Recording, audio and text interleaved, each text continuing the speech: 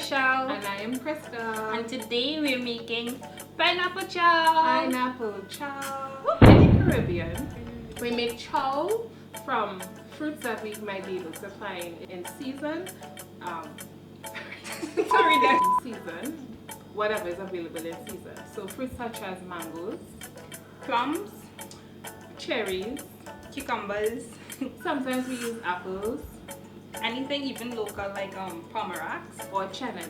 Pomerac is also a family to the apple for those who may not be Caribbean.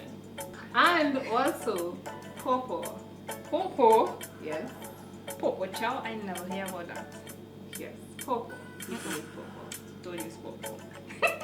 And for this chow, you will need pineapples. 1 medium pineapple cut into bite-sized pieces. Don't worry, we will show you how to choose your pineapple. If you decide to use canned pineapples, ensure that there are no added sweeteners or syrups. Another ingredient is cilantro, or as we call it in Trinidad and Tobago, shadow benny or bandania. If you can't source cilantro, cilantro will work, but just remember it is not as pungent. You would also need 1 tablespoon roughly chopped hot peppers. Peppers is a must in the Caribbean, but you can omit it if you wish. Today we're using bird pepper, but cayenne pepper and paprika works as well. If you're using powdered form, a half a tablespoon would suffice instead of an entire tablespoon. You will also need 1 tablespoon of salt, or less if you don't cook with salt, and half a tablespoon of black pepper. Most persons will stop here, but for the ultimate chow, I've added these ingredients. 2 cloves of garlic, grated or finely chopped. 1 to 2 teaspoons of garlic powder, can substitute for garlic as well. 1 tablespoon of finely chopped broadleaf thyme. They call it Spanish thyme, Cuban oregano. I'm not sure what they call it in your area, but I don't recommend using the dried thyme. If you don't have the fresh one, you can omit it. Your chow will still taste good. 1 or 2 teaspoons of apple cider vinegar. I like it a little tangy, but if you don't like the tang, you can omit it as well.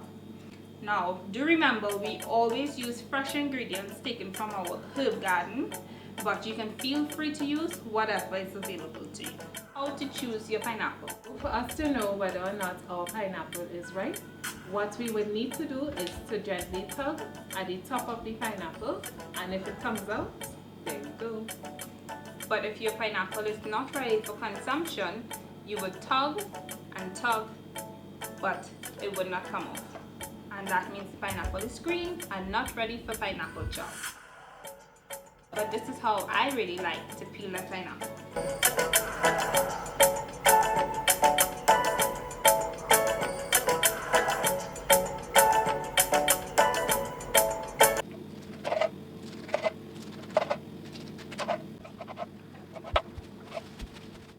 There we have it. Our pineapples are cut and ready to go. After the cropping, we have our pineapple and our seasonings. Now it's time to combine the ingredients into one big bowl, and we combine it thoroughly.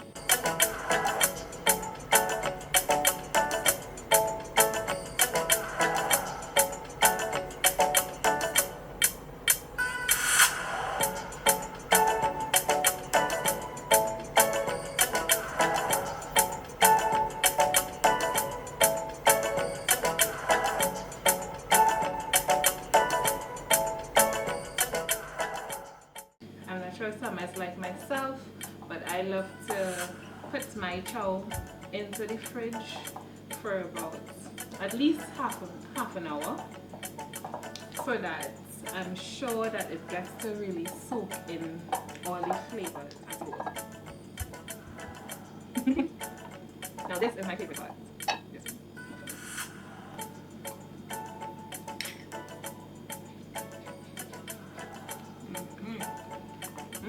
So happy pineapple chow making! Happy pineapple chow making.